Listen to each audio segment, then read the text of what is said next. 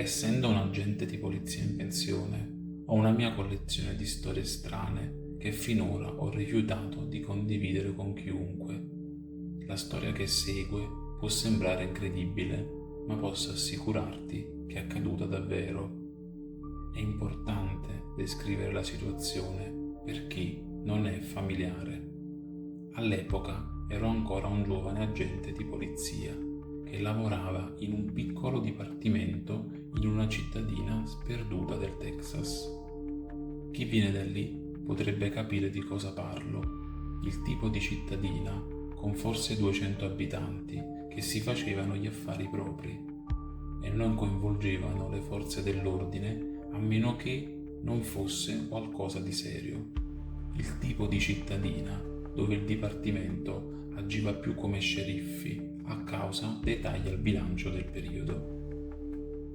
La gente risolveva i propri problemi, ammesso che ammettesse di averne. Spesso ci trovavamo senza nulla da fare per giorni. La giornata iniziò normalmente finché non ricevemmo una chiamata da un colono. I coloni erano spesso le ultime persone a chiamare per qualsiasi tipo di aiuto. Di certo mai dalle forze dell'ordine. Quello che ci aveva chiamato era Old Bill, ovviamente non è il suo vero nome, un vecchio ranchero particolarmente testardo e paranoico, i cui giorni migliori erano ben lontani, se mai ne avesse avuti. Il tipo di persona che veniva in città una volta al mese per comprare proiettili e fare scorta di abbastanza provviste da durare per un altro mese. Io ed il mio partner Derrick, ovviamente anche questo non è il suo vero nome, fummo i fortunati ad essere mandati a controllare quel vecchio bastardo. Quando arrivammo, sapevamo che c'era qualcosa che non andava quando sua figlia uscì urlando e coperta di sangue. A quanto pare era stato ucciso la notte precedente da un animale che inizialmente pensavamo fosse un coyote. La cosa strana era che era stato ucciso ma non mangiato e tutto il suo bestiame era ancora al ranch. Non erano stati toccati, anche se si comportavano in modo nervoso, come se ci fosse qualcosa che non andava. Naturalmente chiamammo rinforzi e risolvimmo quel caos. 3 giorni dopo successe di nuovo. Un altro colono e la sua famiglia non si presentarono al mercato cittadino. Dean e la sua famiglia, anche qui nomi di fantasia, non mancavano mai un mercato, vendevano i loro prodotti lì e quello era il loro sostentamento. Così venimmo mandati a controllare cosa fosse accaduto. Dean era morto. Lo trovammo sulla sua veranda, tutto dilaniato come se un animale lo avesse attaccato. La sua famiglia, sua moglie e le sue 2 figlie erano scomparse. Le trovammo il giorno successivo nel bosco. Erano state uccise, ma non da un animale. Chi le aveva uccise aveva fatto loro cose che non descriverò qui, ma è sufficiente dire che nessuno di noi dimenticherà mai quello che accadde loro. Inizialmente pensavamo fosse stato un coyote, ma dopo la morte di Dean e della sua famiglia dovemmo affrontare la possibilità che fosse un serial killer con un cane da combattimento che stava prendendo di mira i coloni. Questo spaventò molte persone. Non era più sicuro uscire, neanche durante il giorno. Poi uno sconosciuto iniziò a venire in città pochi giorni dopo l'omicidio della famiglia. Diceva di essere stato mandato dall'FBI per indagare sugli omicidi ed affermava che era un modello che aveva visto in altre città di più stati. Il problema era che noi non avevamo mai contattato l'FBI, non una telefonata né una lettera, ma lui aveva il distintivo e diceva che poteva aiutarci con l'indagine. Parlava come un ragazzo di Dallas, era educato e tutto il resto.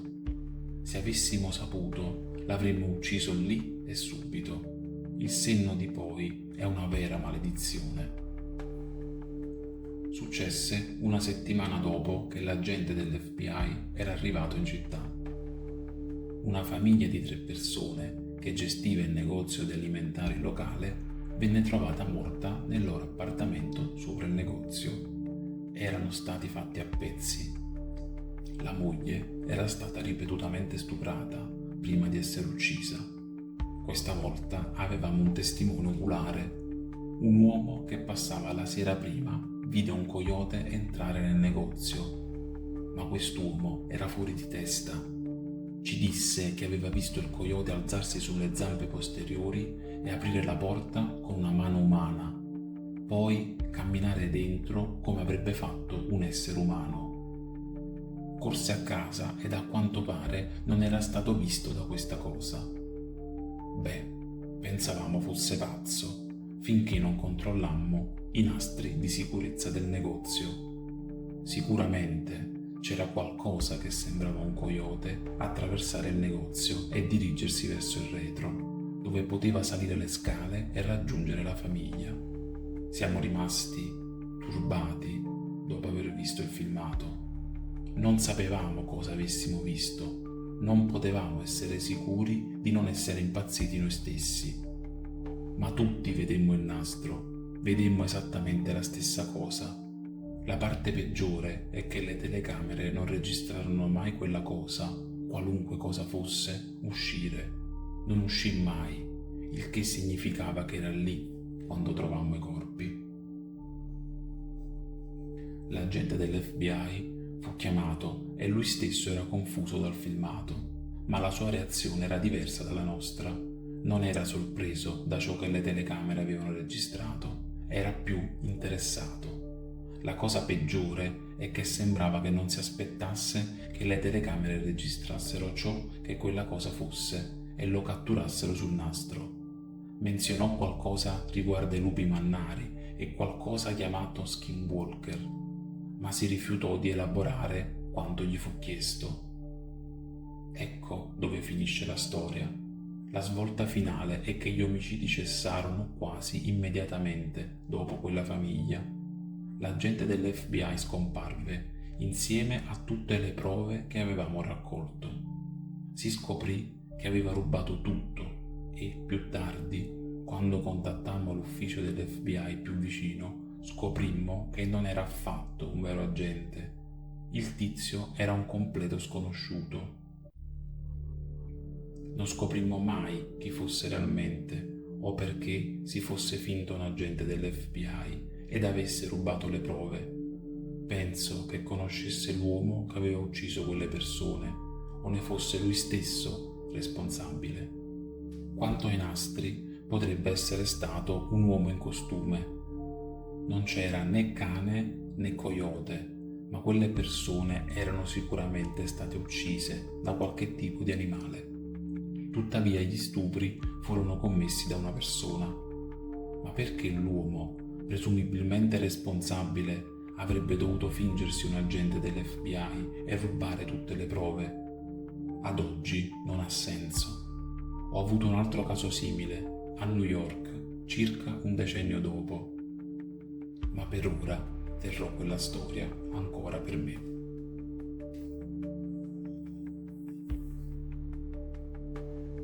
In precedenza ho parlato di un caso strano su cui ho lavorato quando ero un giovane agente di polizia in una piccola città del Texas. Alla fine del racconto ho menzionato come avrei lavorato su un caso simile a New York un decennio dopo. Ora voglio raccontarti quella storia. Era il 2001, poco dopo il crollo delle Torri Gemelle. Era tutto un completo caos. Tutti disponibili per dare una mano dove potevano. L'attenzione del momento, però, era tutta ovviamente rivolta alle 2 torri, come era giusto. Ma questo non significa che il crimine si fermasse e molti di noi dovevano lavorare su casi, nonostante volessero aiutare con quella situazione. Io non ero diverso, ma ero uno di quelli che dovevano occuparsi dei casi invece di offrirmi volontario. Non fraintendetemi, quello che facciamo è importante ed ho sempre messo il mio lavoro al primo posto, solo che ero deluso di non poter aiutare di più. Cavolo, sto divagando. Un caso mi arrivò sulla scrivania e subito riconobbi il modus operandi. Una famiglia di 3 persone che viveva sopra un negozio di alimentari era stata uccisa da quello che sembrava un animale, con la madre e la figlia stuprate prima di essere uccise. Questa volta, però, non c'erano filmati di sicurezza. Erano stati rubati e le telecamere erano state distrutte, presumibilmente dal sospetto, e questa volta non c'erano testimoni, ma sembrava così simile a quel caso su cui avevo lavorato un decennio prima, così chiesi al mio capo se potevo richiedere i documenti dal mio vecchio dipartimento. Era un po' confuso finché non gli spiegai le somiglianze tra 2 casi. Era ovviamente preoccupato per la possibilità di un serial killer in città, soprattutto se c'erano 2 casi simili in 2 diversi stati, il che significava che l'FBI avrebbe voluto coinvolgersi. Era uno di quelli della vecchia guardia che non aveva molta simpatia per l'FBI, ma acconsentì a lasciarmi chiamare i miei vecchi colleghi. Sicuramente gli ultimi omicidi del vecchio caso erano quasi identici a questi nuovi omicidi. Questo mi portò a cercare altri casi simili in città nelle ultime settimane. Ne trovai altri 2, una bibliotecaria uccisa a casa sua ed una madre single con i suoi 3 figli, anche loro uccisi nella loro casa. Era abbastanza per convincere il mio capitano ad assegnare più uomini al mio caso. Lavorammo al caso per poco più di una settimana, con pochissimi risultati. Avevo un piccolo team di detective ed alcuni agenti di pattuglia, non i migliori o i più brillanti, ma speravo fossero comunque sufficienti per catturare il bastardo. Avevo già raccontato loro del tipo che era venuto da noi dicendo di essere un agente dell'FBI che lavorava sul caso e di come avesse rubato le prove che avevamo prima di sparire. Ma quando si trattò del nastro spiegai che il tizio che pensavamo fosse responsabile probabilmente indossava un qualche tipo di costume animale. Non volevo cercare di spiegare l'idea di un animale che camminava su 2 gambe. Nel mio vecchio caso, il responsabile sembrava scomparire non appena ci avvicinavamo ad una vera pista sulla sua identità, il che significava che il falso agente dell'FBI era o il sospettato o quantomeno strettamente collegato a lui. Riuscii a trovare una vecchia immagine di lui, presa da una delle telecamere della stazione, e la feci distribuire al mio team nel caso in cui il tizio si fosse fatto vedere. Successe che si presentò davvero, ma questa volta come una delle vittime. Ricevemmo una chiamata da un manager di un motel economico. L'uomo giaceva sul letto, evidentemente dilaniato da un animale.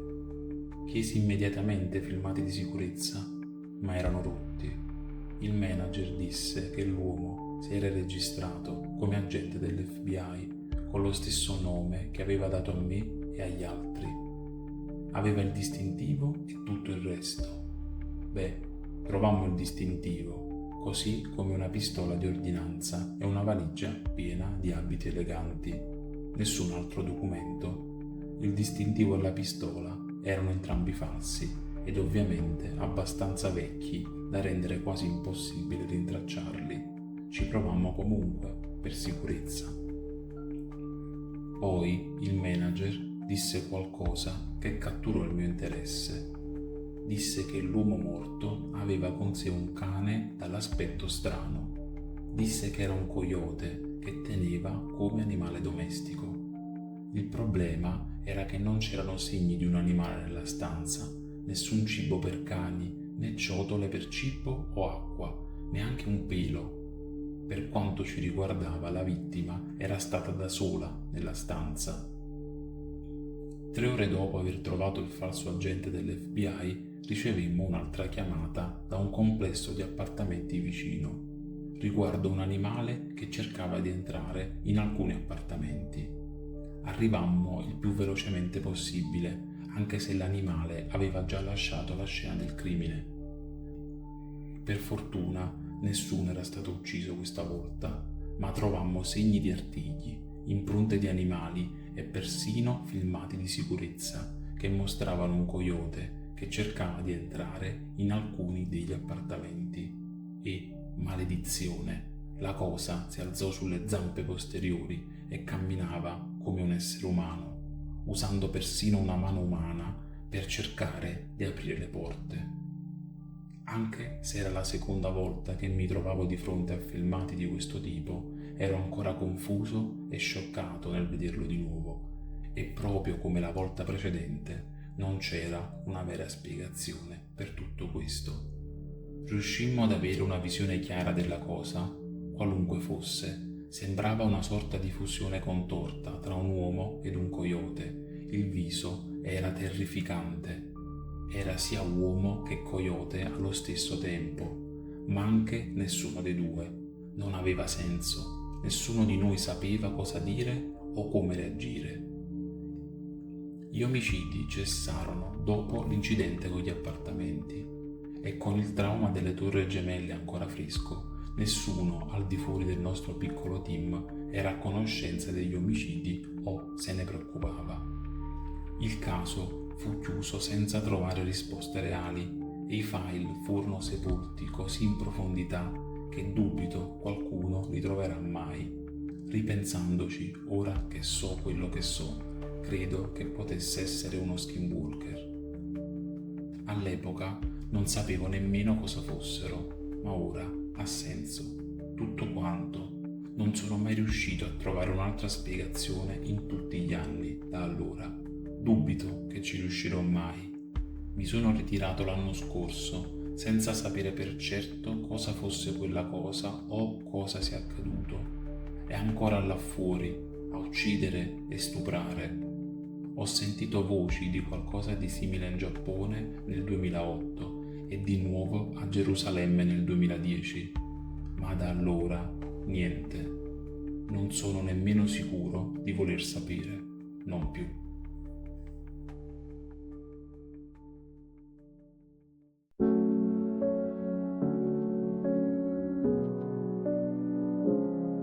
Nella notte sento passi lenti, un respiro che mi segue tra i silenzi. C'è qualcosa che mi sfiora piano, ma quando mi giro non c'è nessuno, solo il vuoto in mano. La luna è scesa al telecase, il buio danza sulle strade. Non so se sto sognando o in realtà, ma sento un'ombra che mi seguirà. E c'è un'ombra nella notte che mi chiama, corre via ma non so dove va. Dentro i miei pensieri si nasconde, non so se è un sogno o verità.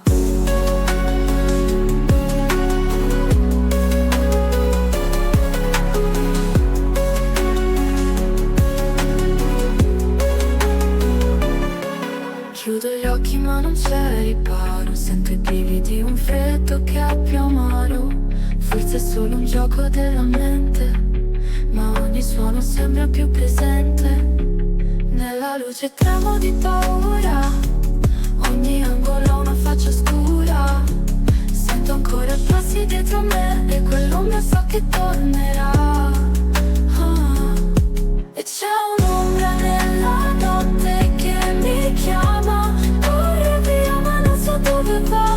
Dentro i miei pensieri si nasconde, non so se è un sogno o verità. Chiudo gli occhi ma non c'è riparo, sento i brividi, un freddo che è più amaro. Forse è solo un gioco della mente, e non so se è un sogno o verità. Notte sembra senza fine, non passa mai. Quell'ombra gioca con i miei guai. Mi fermo ma la vedo ancora là, non so se fugge o mi aspetterà. E C'è un'ombra nella notte che mi chiama, corre via ma non so dove va, dentro i miei pensieri si nasconde, non so se è un sogno o verità. Forse è solo un'ombra, o forse è già qua.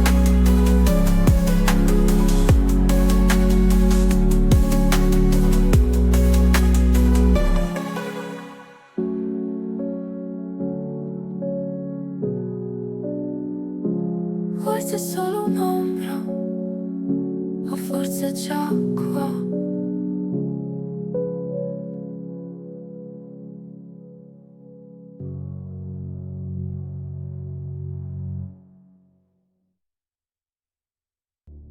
Aspetta un attimo, prima di andare via, ho un messaggio importante per te. Se ti è piaciuta questa storia, allora non potrai perderti il primo romanzo di Misteri di Mezzanotte, Il villaggio nel bosco, un libro che ti terrà incollato fino all'ultima pagina, te lo garantisco. La protagonista, se segui questo canale, la conosci già. Non attendere oltre, lo trovi su Amazon e ti lascio il link in descrizione ed in alto nella scheda.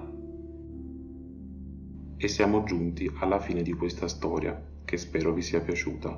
Vi chiedo di farmelo sapere aggiungendo un like ed un commento, oltre che di iscrivervi al canale ed attivare la campanella per essere aggiornati sulle nuove storie. Ti ricordo che questo canale è affiliato con Amazon Audible. Usa il link in alto a destra per una prova gratuita di 30 giorni, senza nessun vincolo. Vi lascio di seguito il link ad un altro racconto che sono sicuro vi piacerà ugualmente. Grazie per l'ascolto ed a presto.